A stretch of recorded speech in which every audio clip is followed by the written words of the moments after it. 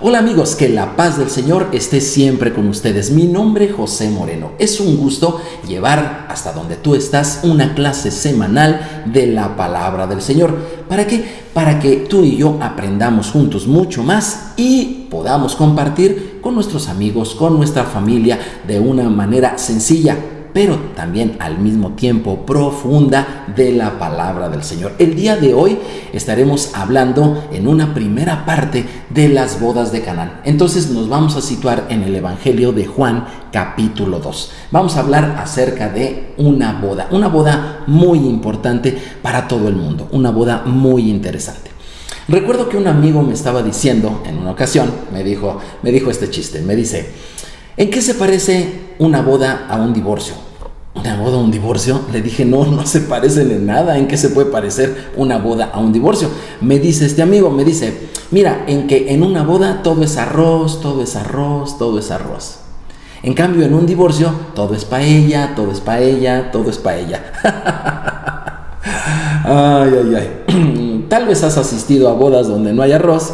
Si es así, pídele a alguien de mayor edad que te explique el chiste. Vamos a las bodas de Canaán, Juan capítulo 2. Y vamos a leer, aunque solamente me voy a centrar en los versículos 1 y 2, vamos a leer un poco acerca de la historia. Dice así: al tercer día se hicieron unas bodas en Caná de Galilea y estaba allí la madre de Jesús. Y fueron también invitados a las bodas de Jesús sus discípulos. Qué hermoso pasaje. Ya con esos dos versículos podríamos tener para hacer todo el mensaje, ¿verdad? Obviamente auxiliándonos del resto de las escrituras. Sin embargo, vamos a leer un poco más porque aquí nos dice, solamente nos plantea qué sucedió, dónde sucedió, ¿sí? Unas bodas y quiénes fueron los invitados. Dice el versículo 3: y faltando el vino, la madre de Jesús le dijo: no tienen vino. Jesús le contestó: ¿qué tienes conmigo, mujer? Aún no ha venido mi hora. Su madre dijo a los que servían: haced todo lo que os dijere.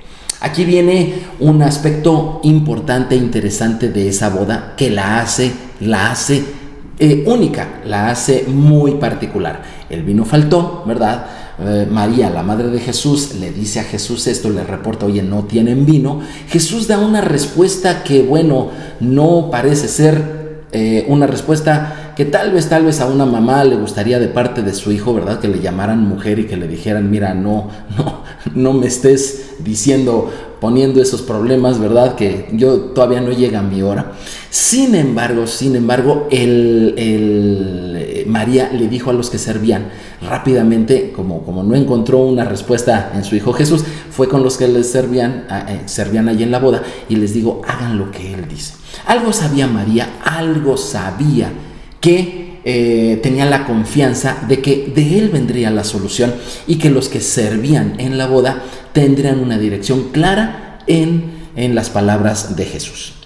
En esta primera parte de las bodas de Canaán, quiero decirte que esta boda es mundialmente conocida, ¿sí? En todo el mundo se conoce esta boda. ¿Por qué? Porque es única, como te decía. A lo mejor tú podrás pensar: pues ¿qué grupo musical tan famoso fue a tocar en esa boda? No. Algún presidente de alguna república muy poderosa o un rey de algún gobierno monárquico llegó a esa boda. No, en esta ocasión no. Obviamente Jesús es el Rey de Reyes, pero ¿sabes a qué me refiero? No alguien así muy famoso. No, en ese tiempo Jesús no era famoso, ¿verdad? Como lo es hoy. Pero ¿qué ocurrió en esa boda que la hace única? Efectivamente, en ninguna otra boda del mundo, en ningún otro momento, porque bodas hay todos los días, ¿verdad? En todas partes del mundo, pero en ninguna boda ha ocurrido lo que ocurrió en esta. El agua se convirtió en vino. Eso lo hace totalmente única. Ahora, tenemos algunas preguntas, ¿verdad? Por ejemplo, ¿dónde está Caná? Caná está situada en el centro de Galilea. Te voy a poner allí un mapa para que tú lo puedas ver, o si tú puedes recurrir a alguno en algún otro momento, vas a poder ver que Caná está en el centro de Galilea. Galilea es una región al norte de Israel donde Jesús desarrolló la mayor parte de su ministerio. Y Caná hasta el día de hoy se discute su ubicación exacta. Sin embargo, creo que esa discusión no es tan importante porque la diferencia de que si fue aquí o fue allá dista tan solo de unos cuantos kilómetros. Lo importante es que Caná está en el centro de Galilea, esa región donde te comentaba Jesús desarrolló la mayor parte de su ministerio. Si tú tienes un mapa o si puedes recurrir a uno, podrás ver que en Galilea hay algunos puntos de referencia que conocemos al leer los evangelios. Por ejemplo, Nazaret, el primero, donde Jesús fue criado en su infancia, que está, por cierto, muy cerca de Caná. Pero otro lugar muy cerca de Caná también e importante en el ministerio de Jesús es el Monte Tabor. Se considera que es allí el lugar de la transfiguración. Y cerquita, muy cerquita de allí está el pueblo de Naín, donde Jesús resucitó a un muchacho, el hijo de una viuda. Hay muchos otros lugares, un poquito al norte, cerca del mar de Galilea, donde también son lugares famosos. Por ejemplo, Corazín es de donde fueron algunos de los discípulos de Jesús. ¿Y qué decir de Capernaum? Capernaum, la llamada así por los evangelios, la ciudad de Jesús. Es allí donde vivió esos 3 años y medio y Jesús allí montó su base de ministerio, por decirlo así. También encontramos Tiberias o Tiberiades, también conocido en algunas versiones de la Biblia, una ciudad fundada para y por los romanos, una ciudad pagana a la cual Jesús evitaba totalmente y le daba la vuelta. Veremos algo de eso cuando estudiemos Juan capítulo 4. Pero tenemos algunos otros lugares muy interesantes. Y al suroeste de Galilea está el valle de Jezreel con la ciudad de Megiddo. Y obviamente allí está, como su nombre lo dice, Megiddo. Ahí está el lugar del Armegiddo o Armagedón, como tú y yo lo conocemos. Así que el final del ministerio de Jesús será allí cuando regrese por segunda vez y se libre la batalla final. Todo esto, Jesús caminando en el mar de Genesaret, la infancia de Jesús, los discípulos de Jesús, lo que Jesús evitaba, donde en Magdala, donde Jesús libera a Miriam y donde será la batalla final del Armagedón. Todo esto, señores, en Galilea. ¡Wow! A lo mejor tú estarás pensando, Galilea, una región llena de santidad, una región llena de luz, una región llena de tanto privilegio espiritual. Tal vez tú estés pensando así. Bueno, evidentemente es una región que recibió la visita de el Salvador del mundo. La palabra viva se hizo carne y vivió allí en esa región 3 años y medio, y obviamente es una región privilegiada en ese aspecto. Sin embargo, cuando nosotros vamos a las Escrituras, vamos a encontrar que Galilea tiene una definición distinta, al menos desde la perspectiva de nuestro Dios. Por eso es que recurrimos a las Escrituras. En Mateo capítulo 4, versículos 15 y 16, nos habla de esa Galilea. Y dice así: tierra de Zabulón y tierra de Neftalí, camino del mar al otro lado del Jordán, Galilea de los gentiles. El pueblo asentado en tinieblas vio gran luz, y los asentados en región de sombra de muerte, luz les resplandeció.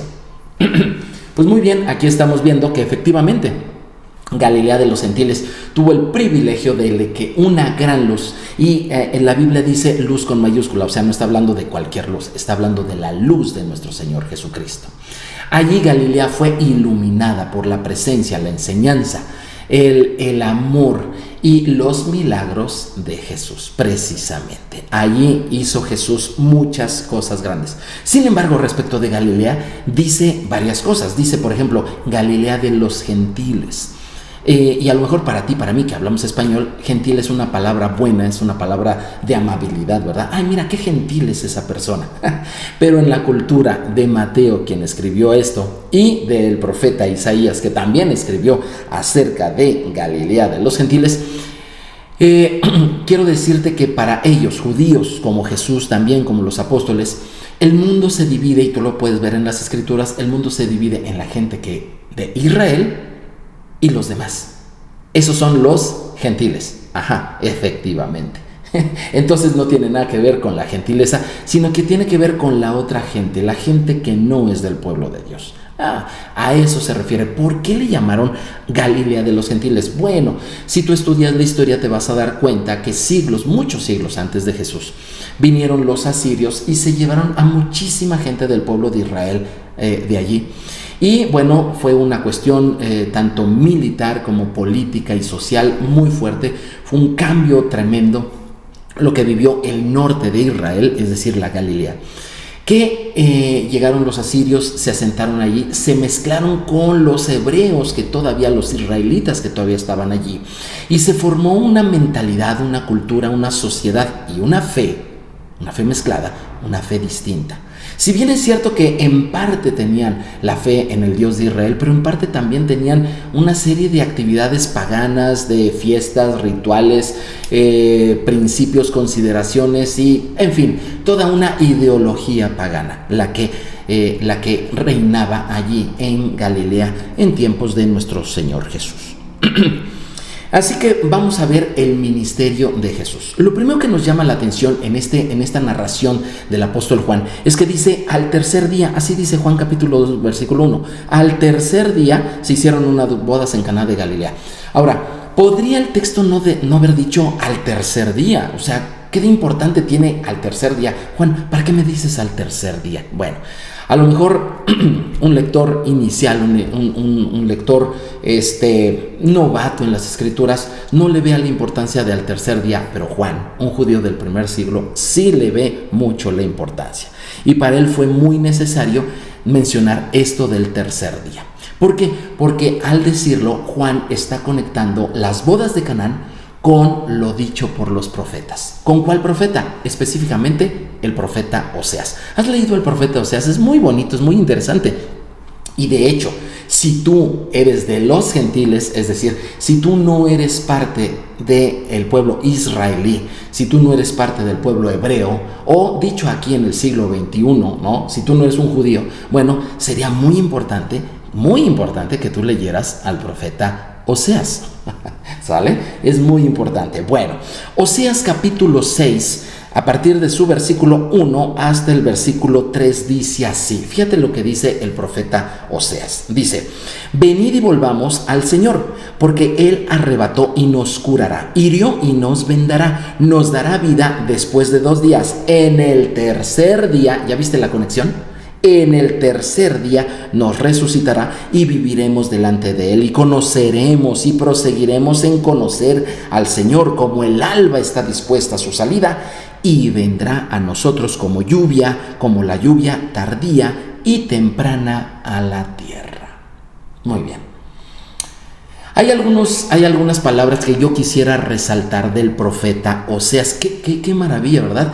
Que Juan te dice que al tercer día y Oseas te dice muchos años antes de Juan, obviamente te dice que algo sucede al tercer día. Entonces ya Juan te está diciendo, bueno, supongo que tú conoces al profeta Oseas, supongo que tú sabes que hay cosas importantes que suceden al tercer día, ¿sí? Y que está profetizado.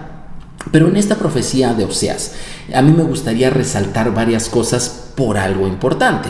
Por ejemplo, ese de volvamos. Esa palabra de volvamos me llama la atención. También me llama la atención la palabra arrebató. Obviamente me llama la atención mucho eso de al tercer día, pero también me gusta mucho estas palabras que dice la lluvia temprana y la lluvia tardía. Todas estas palabras de volver, que por cierto en hebreo es teshuvá, que literalmente se puede decir arrepentirse, o sea, arrepentirse, arrebatamiento, lluvia temprana, lluvia tardía, el tercer día. Todas estas son palabras que maneja muy frecuentemente la cristiandad. Sí, efectivamente. Todas estas son palabras muy comunes en el lenguaje cristiano. ¿Verdad que sí? Arrepentirse. ¿Qué tal el arrebatamiento? La lluvia temprana y la lluvia tardía, con el Espíritu Santo. En fin, todas estas cosas son muy familiares para el cristiano. El profeta Oseas, que en hebreo se dice Oshía, ¿sí? Oseas, sí, que por cierto significa salvación. Sí, Oshía significa salvación. Tómalo en cuenta porque ahorita vamos a ver algo interesante acerca de Jesús. Dice, tuvo la tarea de amar a una mujer infiel, a una mujer adúltera. Dios le dio esa tarea. Le dijo al profeta que él tenía que amar y casarse con una mujer infiel. Gomer se llamaba esta mujer. Y además tenía que tener familia con ella. Los nombres de los hijos de ellos, de este matrimonio, sí, Oseas y Gomer, los nombres tienen un significado que se relaciona con romper un pacto. Fíjate qué interesante, ¿sí? Ahora, ¿cuál es la relación con Jesús y el profeta Oseas? ¿O por qué, dicho de otra manera, por qué Juan me está citando al profeta Oseas en las bodas de Canaán, donde Jesús va a hacer su primer milagro? ¿Qué tiene que ver Oseas con Jesús? ¿Qué tiene que ver Oshía, sí, con Jesús? Mira, cuando tú y yo leemos Mateo 1:21, un pasaje que se lee cada fin de año en la cristiandad, dice, y dará a luz un hijo y llamará su nombre Jesús porque él salvará a su pueblo de sus pecados. Sin embargo, en el español no hay ninguna relación. Jesús, le pondrás Jesús porque él salvará. ¿Qué relación tiene, no? O sea, ¿por qué no le pusieron Salvador o algún otro nombre que tuviera algo que ver con salvación? Es que en español no se ve, pero en hebreo sí. Porque en hebreo el nombre es Yeshua, ¿sí? Y salvación se dice Yoshia. Entonces el texto diría así, y dará a luz un hijo y llamará su nombre Yeshua porque él Yoshia a su pueblo. Él salvará a su pueblo. Cuando tú lees a Mateo, pero con estas palabras hebreas, sabes que como Juan exactamente lo hizo, también Mateo se tienen que conectar a Jesús con Oseas. ¿Por qué? Porque Yeshua, que significa salvación, viene de la palabra Oshea, ¿verdad? Oseas, el profeta Oseas, ¿sí? O sea, el nombre tiene el mismo significado, significa salvación.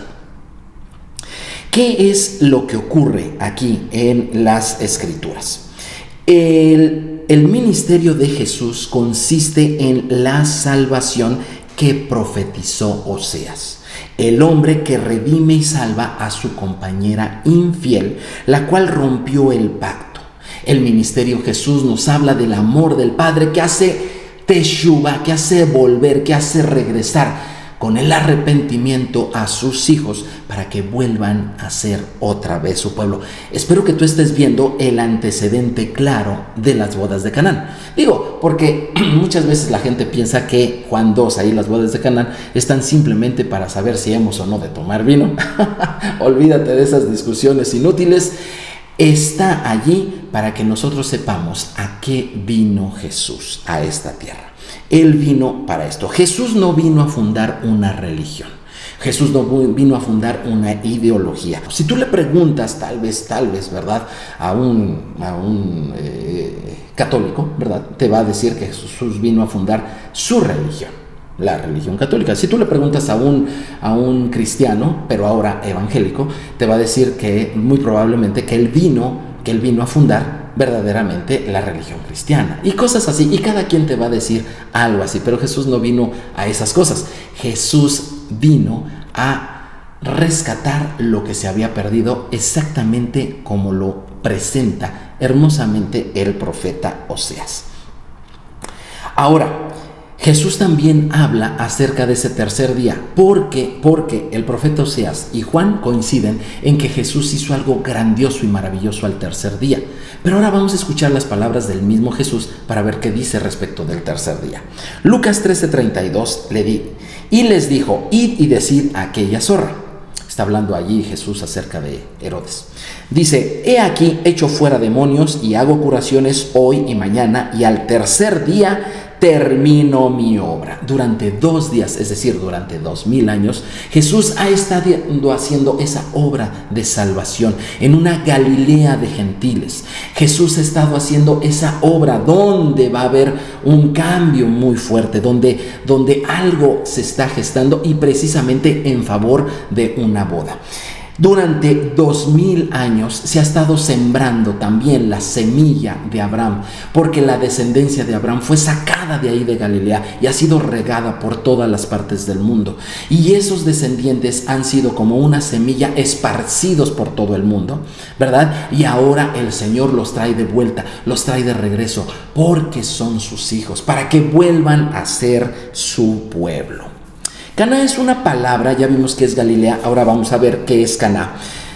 Caná es una palabra de origen hebreo, tú lo puedes encontrar en la concordancia Strong, te recomiendo que la tengas para un mejor estudio de las escrituras. La concordancia Strong es su palabra 7069 y vas a encontrar algunas otras también relacionadas. La palabra Caná es una raíz en el hebreo que obviamente tiene muchos significados. Caná significa elegir, y esto va muy de la mano uno con el amor, ¿a poco no? Hay una elección entre los que se aman. Pero también significa procurar, y esto también tiene que ver con un matrimonio, ¿a poco no? Tienes que procurar lo que la otra persona quiera. Si tú solamente te procuras a ti mismo, es decir, si tú solamente hablas de lo que a ti te interesa, te gusta lo que nada más a ti te gusta, te molesta, ¿verdad? Que ciertas cosas que a ti te molestan no sean tratadas, bueno, te estás procurando solamente tú. En cambio, si empiezas a procurar a Caná a la otra persona, empiezas a procurarla y te interesas, ¿verdad? Por las cosas que le preocupan, te duele lo que a tu pareja le duele y te agradas con lo que tu pareja se agrada, bueno, tú estarás Caná, tú estarás preocupando. Fíjate, todo esto nos está hablando de amor, de boda, de matrimonio, de todo esto nos está hablando. Pero el significado más importante de Caná, el que más vas a ver, Caná significa elegir, significa procurar, pero Caná significa comprar.